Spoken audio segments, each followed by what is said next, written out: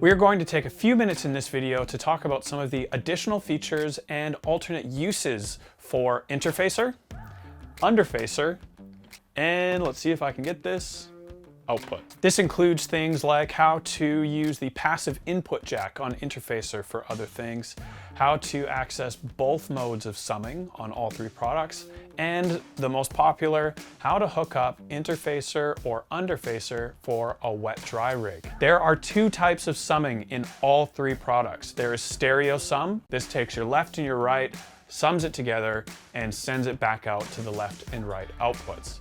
We also have split sum. To access split sum, open up your pedal, access the dip switches and select it there, close the pedal back up, and now you can plug into the left input only, and both the left and right output will only see that one signal.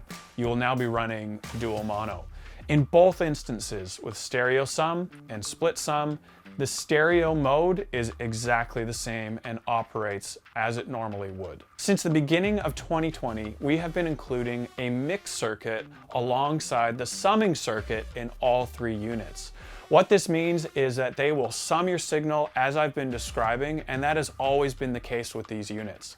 But since the beginning of 2020, we have been including that mix circuit, which means you could run, for instance, your wet effects into the right input and a dry send into the left input, and then run them separate as a WetDry rig, or you can then sum them and run them mixed in parallel out to your amp or amps. This sounds like a small difference, but it can be very handy if you are wanting to run a WetDry rig. If you're wanting to run a WetDry rig with Interfacer or Underfacer, start by plugging your guitar into the passive input on Interfacer or the first effect with Underfacer. Then you run all your overdrives, your dry effects. From your last dry effect, in this instance your last overdrive, plug into the buffered input. The tuner out will go to your first wet effect. The buffered out will go to the left in. After your last wet effect, you go to the right in, and now everything is patched. Your right output can go to your wet amp, your left output can go to your dry amp, and you're running a WetDry rig. To go one step further, move the mute to mute with trails. So this will mute the input, and this will now allow you to mute your dry signal whenever you want and go straight to ambient patches. This does mean your master mute will no longer be available, but you can do that potentially with your volume pedal, or you can move your tuner in series and mute your entire rig that way. That is how you run a WetDry rig with Interfacer or Underfacer.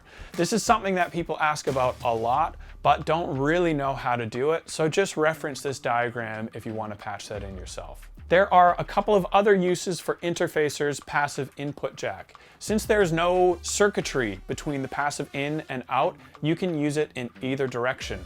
This is handy if you have a delay tap tempo that you want to use off board. Plug that tap tempo jack into the passive out. The passive in can then go to an off-board tap tempo.